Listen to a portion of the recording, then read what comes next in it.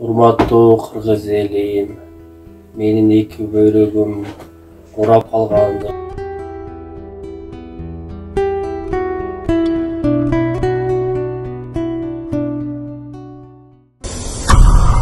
Assalamu alaikum урматтуу мекендештер. Бул кайрылуу кайрымдуу жана боорукер инсандардын жүрөгүнөн орун алган болсо, кайдыгер карабайт деген ойдобуз. Биздин фонд дагы да болсо өз ишин улантууда. Кезектеги кайрылуубузда Алай районуна караштуу Мурдаш айылынын тургуну Жумабаев Замирбек болмокчу.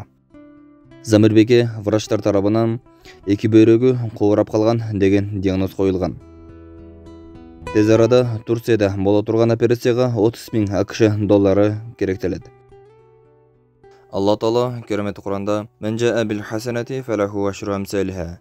Кимде ким бир жакшылык кылган болсо, ага 10 эселеп кайтып келет дейт. Келиңиздер, бир тууганыбыздын жүрөгүнө жылуулук, жүзүнө жылмаюу тартуулганга баарыбыз биргеликте аракет кылалы. Урматтуу кыргыз элим, менин эки бөйрөгүм урап калгандыгына байланыштуу сиздерден жардам сурайм, жардам бериңиздер.